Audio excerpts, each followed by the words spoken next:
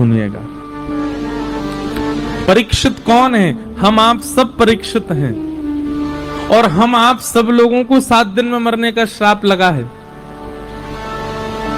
हम सबको 7 दिन में ही मरना है। वो बात अलग है कि दिन वो 7वां कब आएगा ये नहीं पता, पर हैं 7 ही दिन। 7 दिन के चक्र में ही हम सब बंधे हैं। बहुत ध्यानपूर्वक सुनना। महाभारत का प्रसंग मैंने बहुत कथाओं से विस्तार से कहा नहीं, आज कहूंगा, इसलिए भाव से सुनना। कि यदा मृधे कौरव संजयानां वीरेस्वथो वीरगतिं गतेषु ब्रकोदरा विगदा विमर्श भृगुनूरुदंडे धृतराष्ट्रपुत्रे।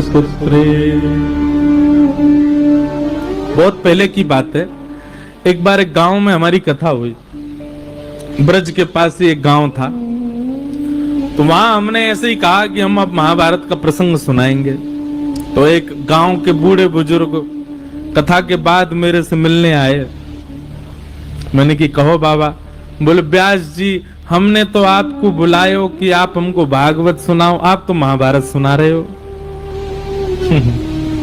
मैंने कि बाबा, मैं महाभारत नहीं सुना रहा हूं, परीक्षित जी का परिचय दे रहा हूं। उस परिचय के लिए थोड़ी महाभारत कह रहा हूं।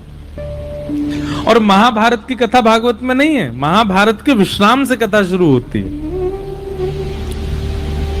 एक बार एक गांव में कथा हुई, वहां मैंने वृत्रासुर की स्तुति सुनाई। तो जैसी वृत्रासुर की स्तुति सुनाई तो मुझसे पहले 6 बार कथा और हो चुकी थी वहां पर किसी और की। तो जैसे ही मैं नीचे उतरने लगा तो एक बाबा ने वहीं पकड़ लिया। बोले व्यास जी, कहीं से भी कथा सुना रहे हो? मैंने की है मतलब? बोले हम 6 साल से कथा सुन रहे हैं, वह व्यास ने तो कभी वृत्रासुर की कथा सुनाई नहीं, तुम कहां से सुना रहे हो? जो भागवत में तो नहीं है। मैंने की बाबा तुम्हारे पाम पर हूं।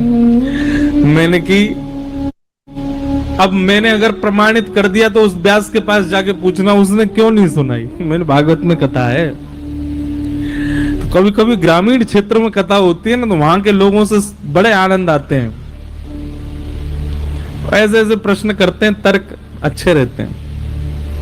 तो महाभारत का प्रसंग है छोटा सा, ध्यान से सुनिएगा। और कब का प्रसंग है? बोले युद्ध अपने अंतिम पड़ाव पर चल रहा है। बड़े